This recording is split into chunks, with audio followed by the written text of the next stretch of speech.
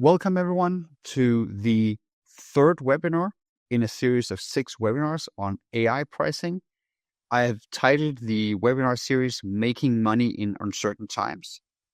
The point being that a lot of AI pricing is, let's say, very similar to a lot of regular software technology pricing, except that the whole field or market is very uncertain because it's undergoing a lot of very fast-paced change. So in the first of the 6 webinars, we talked about sort of this change, the sort of the fundamental, say, playing field for AI monetization right now. And mainly there are sort of 2 types of change. One is that costs are changing all the time. So whatever it costs to run an AI model today, it's likely going to be way lower tomorrow, but we don't know how much. And the other is the capabilities. So what the AI models can do today, likely they can do a lot more tomorrow, but exactly how much more is unknown. Then I talked a little bit about whether we are approaching this on a horizontal or vertical playing field. We're going to talk more about that today as well.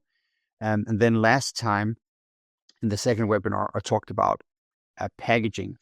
And I think, so if you can definitely watch this webinar, let's say, independently of the 2, but of course, I recommend that you go back and see it all and also participate sort of in the next couple of webinars. For today, with regards to AI pricing models and paying for work, I'm going to take you through 3 basic sort of frameworks of thought processes I have around value pricing for AI. The first is what I call the behavioral pricing matrix. So this is a framework that I just use to sort of, let's say, navigate in the fundamental question of what does it even mean to price for value, and will customers allow that? And what about competitors? And all these things. Then I'm going to talk about pricing models, quickly sort of a run through of a 6-part framework where pricing metrics and the value-based pricing is one of those elements.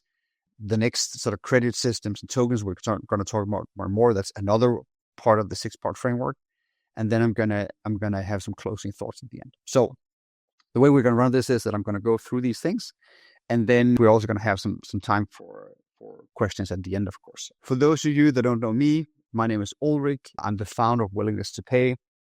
I've been a pricing consulting on B2B SaaS pricing for about a decade. I think, I've done 150 projects, and I've had, the fortune to work with a lot of really good clients and wrote a few books, all that. AI pricing for me has been something that sort of precedes OpenAI, ChatGPT. We've done it all the time back when, it was AI/machine learning/ all sorts of other sort of smart aspects. So we've done a lot of these. So today we're going to talk about value pricing overall. So when we're going to talk about paying for work or value pricing AI, there's this idea that, well, in the past, software was a tool that you gave to a user, and then that user could take that tool just like a hammer and do stuff with it. So one of the very sort of original pricing models for software was to price per user. And then the fundamental idea was that it was sort of the combination of user and software that created value.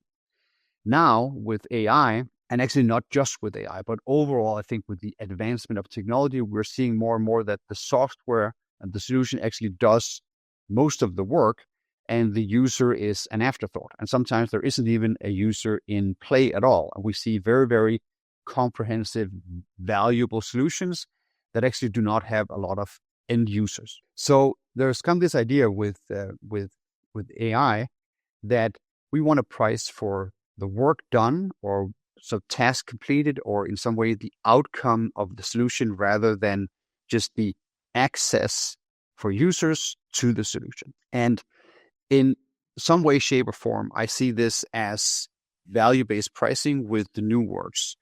But it has new words in the sense that it has a more, let's say, refined or sophisticated way of understanding what's going on. Because value-based pricing essentially just says, well, the solution has a certain value, and then we just want to price that value, right?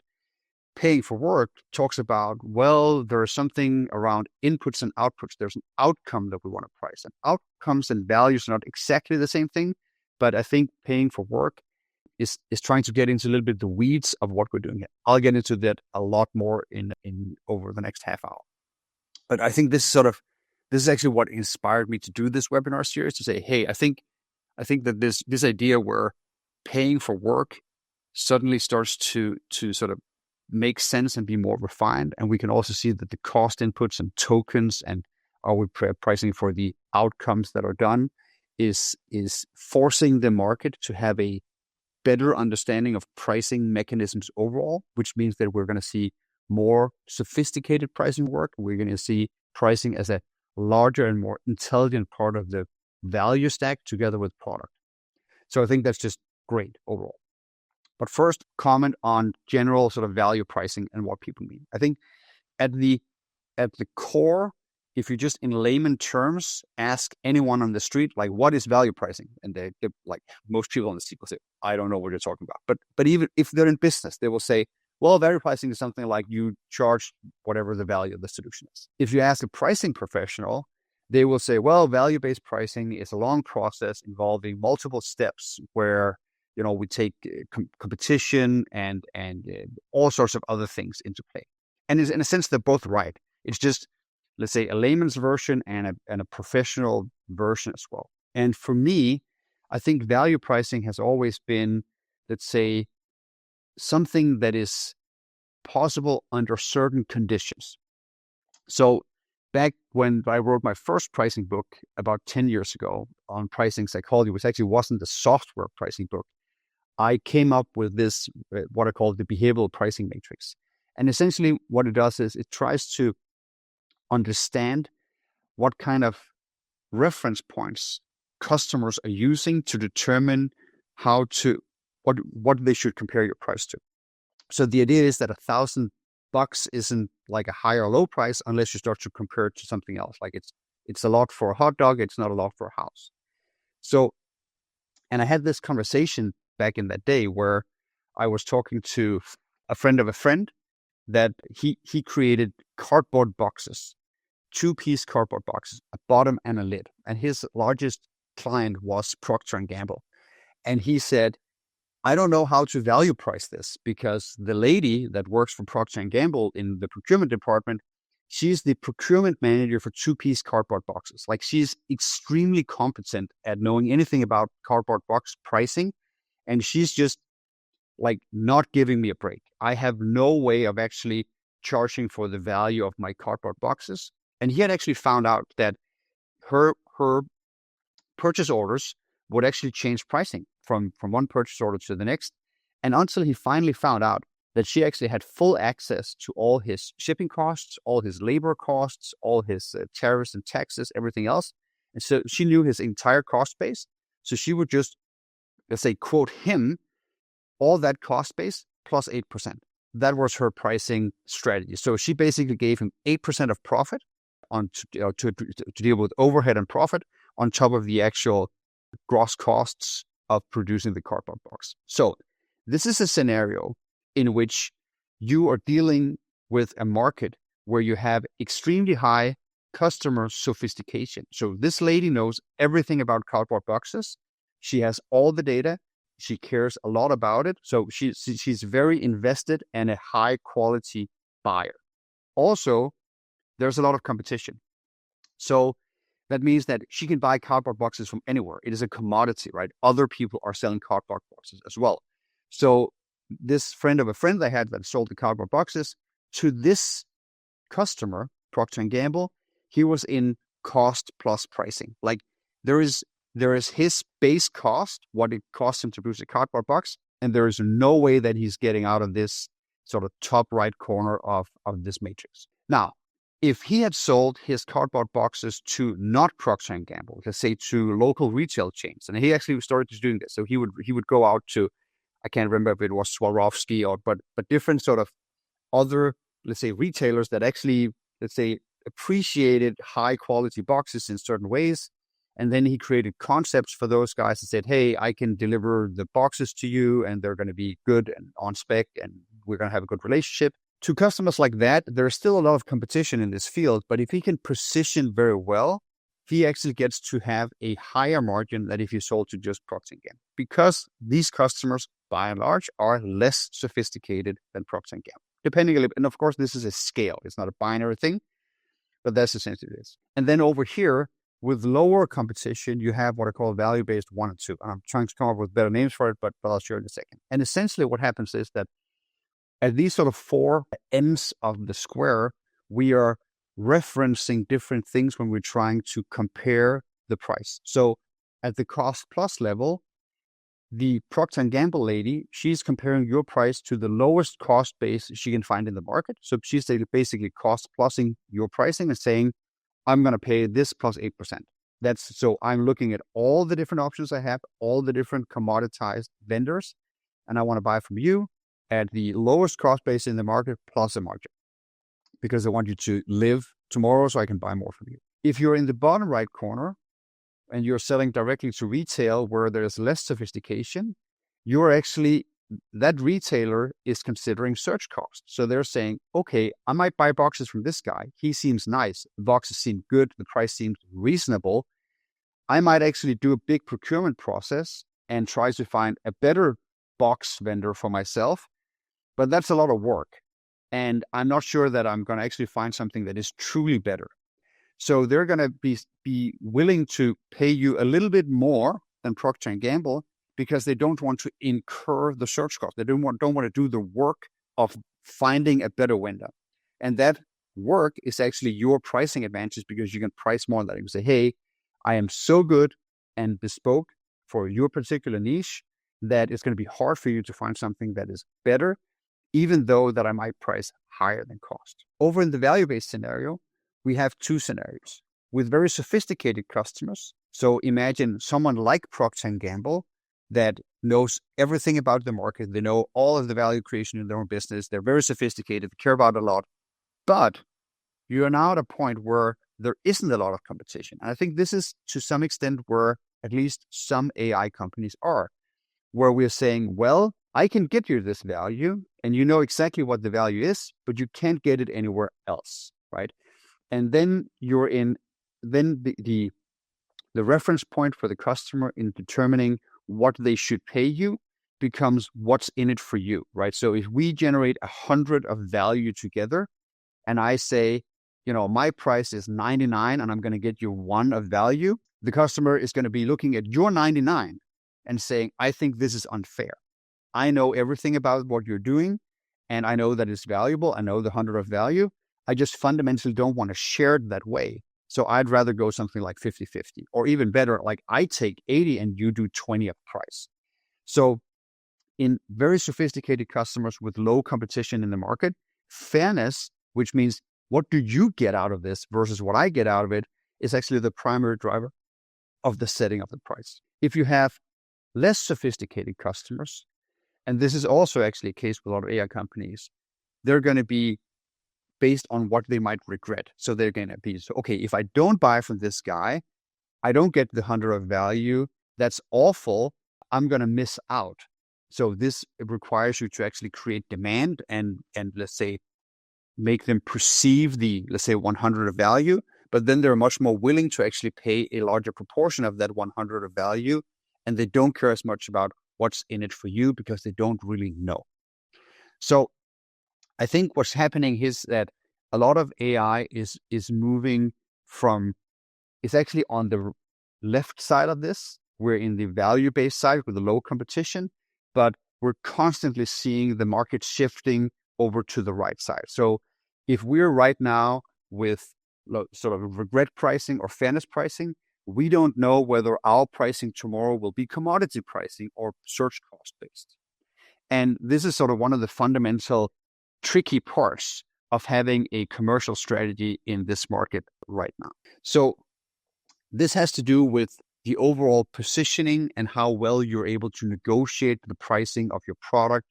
And also, of course, it has to do with who you're selling it to, right? So the same cardboard boxes can be sold to Procter & Gamble, but also to a retailer. And that's going to have very, very different, let's say, pricing implications. And this actually has nothing to do with your pricing model as such, right? It has some things to do with it, but not everything. So this is just like the preamble, let's say the setting of the stage of this matters more than you think, right? And we are going to talk now about how to actually design the pricing model and what paying for work means and so forth. But if you have a pricing model and you say, oh, I'm going to have this very sophisticated pricing model that just prices the exact value output that you're going to get. If you're with very, very sophisticated customers and you're doing the same thing as 100 other people are doing, and it's a very commoditized type of output, you're still going to be pushed down to commoditized pricing and lowest cost base in the market. Like, they don't care that your pricing model prices for the outcome of the work done. If that outcome of work is everywhere to be bought from everyone else, and the customers are super sophisticated. So you need to understand everything else that I'm going to tell you in this context. Okay, so pricing models, 6-part framework. So any pricing model consists of these 6 things: pricing modality, metrics, time period, granularity, discount structure, and a price point. I'm not going to go through all of it. I'm just going to very quickly touch on these first 2. So time period basically, is it monthly or annually? Granularity, is it 1 user or 10 users? Discount structure is discounting, and price point is it $10 or $100? But the pricing modality is, there are 4: flat fees, licenses, so seat-based, like pay for the number of users that you want to pay upfront, usage-based pricing, and credits. We're going to talk a lot about this in the next webinar, so I'm not going to spend a lot of time on it here. And so the only thing I want to say is that modality determines cash flow and risk, right? So essentially, its license is paid up front, customer takes the risk, usage base is paid at the end, you take the risk and you get the cash at the end. So that's basically what we're doing. Credit systems, they're tricky, they do a little bit of both, and we're going to do a whole webinar on that next time. But for now, we go to pricing metrics, and this is where a lot of pricing the value actually exists. So a pricing metric is simply the price per. So price per user, price per API call, price per active store, per token, per credit, anything. So if you look at Intercom's pricing page, for example, they have thin resolutions and they have seat-based pricing. So they're pricing on a license basis, the seats of the people that use Intercom, and then the AI pricing is on resolution, where they're resolving the chats with the customers, and they're pricing based on that. So that is I think actually it's a credit model. Lovable, they have credits for essentially the prompts for the, let's say, developers or non-developers that use their software. OpenAI I just took a sample. They have way more than this. They have seats, actually. They have tokens. They have input tokens. They have gigabytes of vector storage per month. That's actually a license. They have different thousands of calls. That's API calls. They have training hours on the models and many more. So they're an infrastructure provider. They usually have a ton of different pricing measures. So they did just this. Okay, so we can have all these things that we multiply by a number to get a price. So I think training hours are $100 per training hour, for example. So we say, okay, so if you want 1,000 training hours, it's $100,000. That's how it works. The question now becomes, well, which should we choose? And where is it that we okay, so we have all these things. So where do we actually pay for work, or where do we value price? How does that work? So I use these 4 criteria when we're doing customer projects to evaluate pricing metrics. And I'm just going to go through them quickly, because actually the value part is one part, but that's where we have in demand and choice in B here. But there actually are 2 other parts on expectation to pay and fairness and density that gets mixed up with this and has a lot of say of whether a pricing metric is going to work and really, let's say, generate money for you and be good at monetization. So I'm going to go through these one at a time. First, operational viability. So that basically is the groundwork. So any pricing metric, training hours or API calls, seats, whatever it is that you come up with is, can you define it? Can you explain it? Can you measure it, right? So I had a workshop, I think earlier this week, where a CPO said, well, we want a price for the performance improvement of our software. They actually do an AI platform that helps performance improvement in distribution centers, like large distribution centers. And I said, okay, can you define a performance improvement? And she says, yeah, sure. So they have whatever, like 90% performance today, and then we do the thing, and then they have 95%. And then, but it gets tricky, right? Because you can say, well, okay, but can you define the performance improvement that we do? Because we're giving them our software, but they're probably also doing 10 other things to improve performance. So there's an attribution problem. So are you just going to say, we're going to price on any performance improvement that you have? And then also, now you're at 95%. What happens in the next time period? Like, is it now the improvement over 95% that you're going to doing, or is it the original baseline of 90? So it's basically, what have you done for me lately? So year 2, are you going to move it to 98 and then just price the delta between 95 and 98? Or are you going to price all the way back to when you started with 90? So this is just an example of defining it can actually be tricky. A user can be tricky. We have another customer right now that prices based on website visitors. Are we talking human visitors? Are we talking bots? Are we talking AI search engines that visit websites to get the real human users information about that website? All of these things can actually be tricky to define because sometimes we actually want to have some form of visitors, but not others. So defining it, critical. Measuring it, as critical. Especially actually with a lot of credit-based pricing, the ability to measure it also in real time and be able to price it also relatively in real time or compared to especially a credit stack or some prepaid volume can be critical in whether you can actually use this as a pricing metric. And of course, if you can't explain it to the customer and communicate it clearly, you also cannot use it as a pricing metric. So these are binary. That is, there's no gray area here. It's like yes or no, full stop. So you need to be able to define it, yes. Explain it, yes. Measure it, yes. No ifs and buts. If you have 3 yeses, then yes, you can use it as a pricing metric. That's it. Okay. Once you're there, now you can actually determine whether you should use it as a pricing metric. So is it a good idea? Okay, we can use it, but it is a good idea. And what I usually do is, for any one of my customers, I try to figure out who they're selling to. And then I try to draw my customers' business as a straight line value chain. So I want to have a simplistic view of the value creation process for the customers that we're trying to sell this solution to. So I'll try and be very simple here. So let's say that we have an AI tool that does something, and then we get an outcome. Like at a very basic step, this is how most solutions work, right? So that also means that, let's say we have OpenAI. It's an infrastructure, and then customers do stuff with it and get outcomes, right? So OpenAI are pricing our very horizontal solution. So they're saying, we're going to price you on tokens and API calls and training hours and all of the inputs here, because we are horizontal and we are not niche. We want to go global. We want to have all the customers in the world. And then they do stuff with it and they get outcomes. And those outcomes can have very, very different values. But OpenAI actually doesn't care. Like the ChatGPT Pro subscription that I have costs the same thing that the ChatGPT Pro subscription that you have. And you might get 100 times more out of it than I do because of your work, or you're better using it, or whatever it is. And OpenAI does not care. They price the inputs. Over on Intercom, where we do the resolutions, now we have a very specific customer value chain. We are doing customer support and customer communication. And we know that all of the AI stuff that happens goes in through a very specific flow with a very specific end in mind, which is resolved customer requests or tickets, essentially.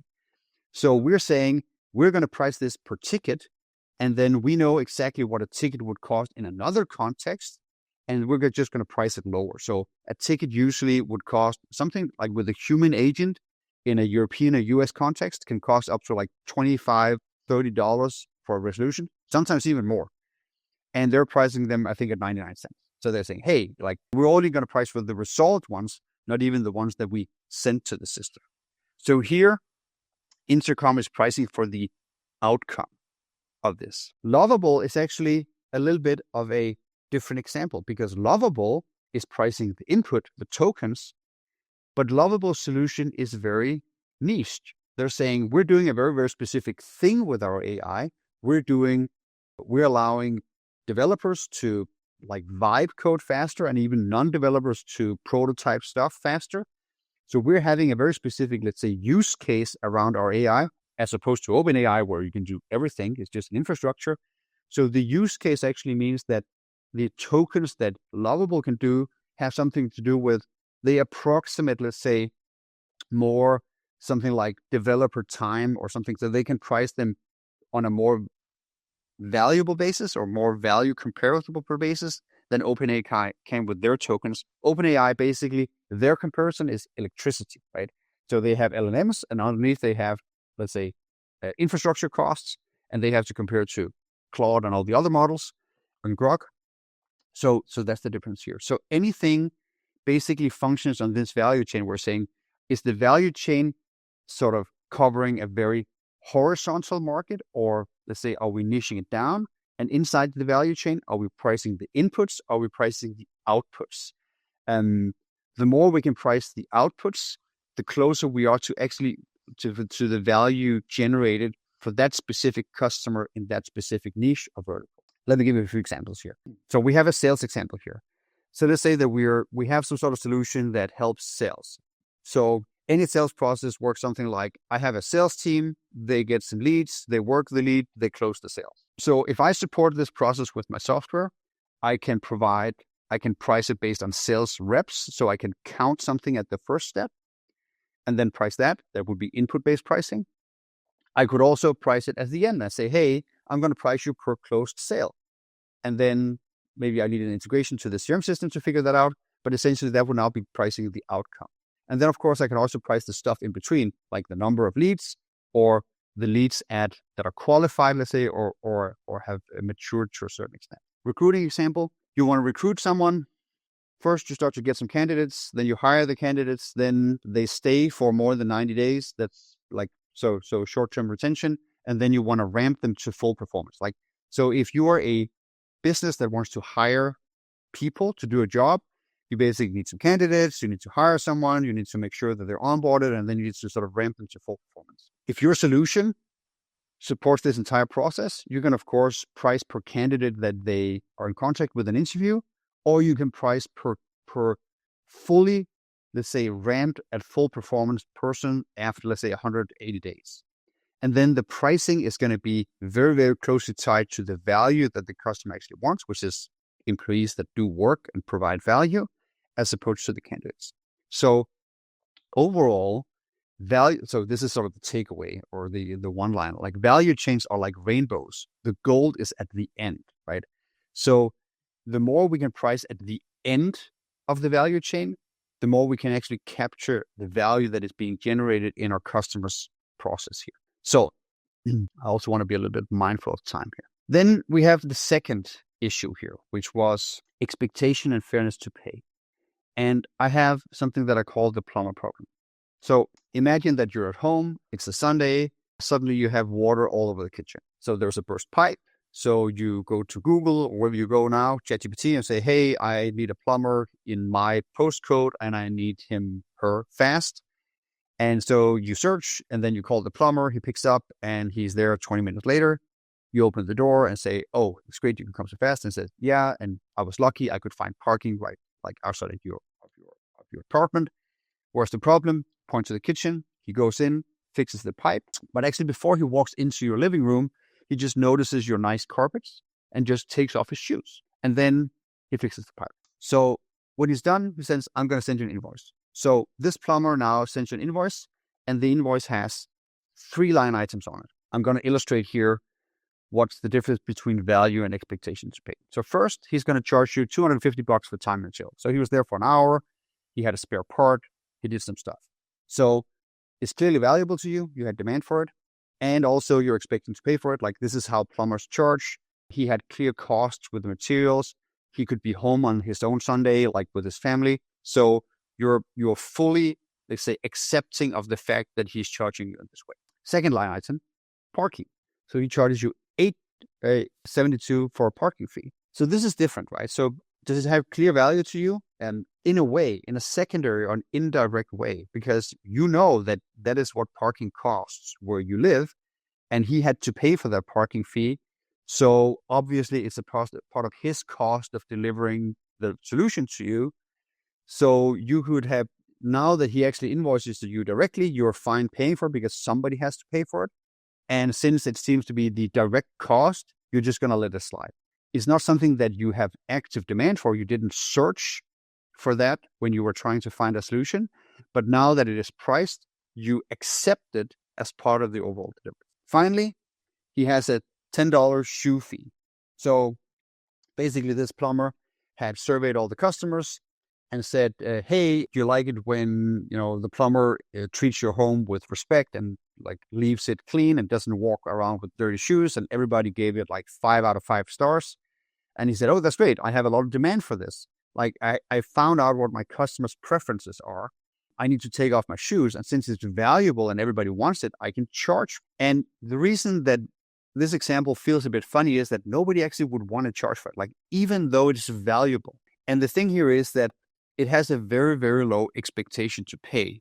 And another word for expectation to pay, the colloquial term, is just fairness. It doesn't feel fair. And it cost him nothing. It was just something that you would normally expect as a courtesy. It's just part of the service. You don't want to pay for it. So essentially, their expectation to pay or fairness, as I see it, is driven by 3 things. 1, causal connection. Did it have anything? Is it real to do with the value that you was delivered? Is there cost involved that he passes on to you, the vendor passes on to you? And are you used to paying for this somewhere else, right? So if we go to the recruiting example, if your software just helps people get candidates, evaluate them, and hire them, but actually doesn't support with retention or performance ramping, you're going to have a hard time pricing based on full performance because your software doesn't do that. Like it just hires candidates for them. So it actually lacks the causal connection, and it's maybe not a way in which customers are used to paying. So they're saying, hey, it's a recruitment software, it's like an ATS system, whatever it is. We don't want to pay for the full value of the performance. Like maybe if you were like an executive recruiter and you had a different type of process, you could start talking about this. But for maybe your software, it doesn't make sense. So fairness and expectation to pay can really kill value pricing if it. So it's almost like you multiply them. So if value is 100 and expectation to pay is 50, then the area of the square is half if the expectation to pay had also been 100. So it's like they multiply together. Okay. Next problem, the density problem. So let's say that you have something where you have full value and it's at the end of the value chain, and you have something where there's actually also like a good expectation to pay is fair. People sort of understand what you're doing, but you're still running into problems. And I encountered this, I think it was just before I published my book, so 3 or 4 years ago, with a Swiss company that I've invested in that handles pharmaceutical contracting and especially reimbursements. So they had a very specific type of problem where they handled the value-based, outcome-based contracting between pharma companies and healthcare providers, so public health systems, hospitals, all that. So they essentially had some sort of value chain that looked like this. They make some pharma contracts, some treatment happens, and then basically, so a lot of value-based medicine is priced, let's say, if the patient lives, then the drug is cost something. If the patient dies, then the treatment was for free. You'll see this with a lot of genetic therapy and all these other things. So this is just basically how that system works. And then the company that was advising, basically they had a Swiss healthcare provider that had 1 million patients, and the average reimbursement savings that they could do on those 1 million patients was like $20. So it looked something like this. It had 1 million patients. They were missing out on 20 million euros of lost reimbursements. So the value was 20 euros per patient. So my client said, okay, so a good price is that we take 10% of that. So we just charge 2 euros per patient. So we're going to make 2 million on this account. Like straightforward logic. You see it all the time. You probably have a similar version of it in your business. Now, the problem was that for the customer, they actually didn't think that they have 1 million patients. They thought they had different types of patients. They thought they had 1 million patients, but divided into 700,000 patients where they lost no money. They actually were like handled like fine by the system already. And then they had like 300,000 patients where they lost some money, like 30, 40 bucks, something like that. So there was a loss. And then they have a small amount of patients, like less than 1%, where actually they lost the primary part of their money. So there was like an 80-20 distribution of where the losses were.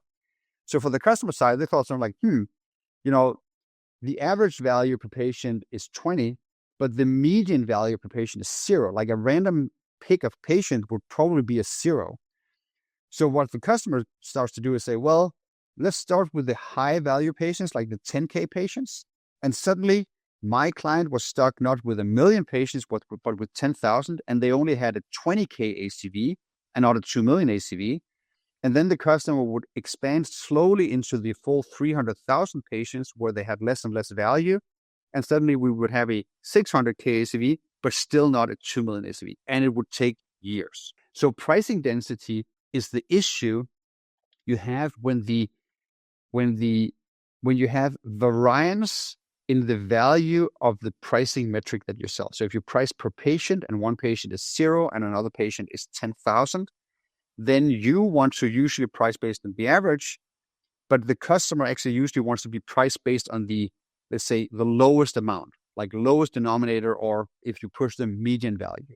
So they only want to give you sort of the good units that are valuable and juicy, and they want to have the low value units not priced, which kind of makes sense. So if we look at all of this here, you can say that a pricing metric in the 4 criteria framework, in order for it to work, it needs to be definable, measurable, and communicatable. So that's the baseline. If you can't do those things, you can't invoice it. It has no operational viability. Then for demand, it needs to be at the end of the value chain. So is it at the end of the rainbow? Is it actually pricing an output? If you're a vertical player, that's what you want. If you're OpenAI, you actually want to just have the inputs. You just provide the infrastructure. It is a game of what kind of market you want to play in. And this also very, very clearly sort of fits into the behavioral pricing matrix that I showed you at the beginning. And then you want to sort of measure if there's expectation to pay and fairness for this. So for example, for OpenAI, they price based on tokens, on compute tokens. And since this is now becoming so common between all the providers, they're being compared a lot to this. Tokens actually weren't a thing a few years ago, but now everybody prices based on tokens. There is a clear causality to it. The habit is now there in the market. The tokens are very, let's say, clearly correlated with, from a causal point of view, with the actual sort of uses of the product. So expectation to pay is now very, very high. And I would say higher because of the habit now than it was 3 or 4 years ago. This actually helps everybody else also price per credit or token, because the habit is let's say, spread across the market, which allows everybody to now use that habit to leverage other pricing models of prices per token of credit. But we'll talk more about that next week, 2 weeks from now. And then finally, we have the density issue on variance in the unit value. So I would say if you want to have the maximal value of your solution and price per it, you find something that you can actually execute on. You find something that for you is at the end of the customer's value chain and that they think is fair and has a relatively high density. If you can do that, then you're going to have a pricing metric that just works. So I've never seen something that actually scores well on this that fails to monetize well. It can score well on most of these, but miss one and then not work at all. So this is like, you need to sort of balance these out and consider many different options for your pricing metric across these dimensions. So is it something that there's real demand for, that they actually want more for? Is that at the end of the value chain? Are customers considering it fair? Does it have a reasonably high density? Go to community.pricingsas.com.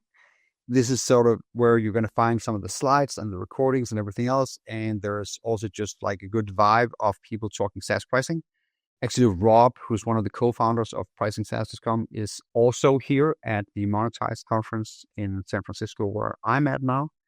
So, and he's just a great guy, and they know SaaS pricing as well as anyone. So check out pricingsas.com, and especially the community.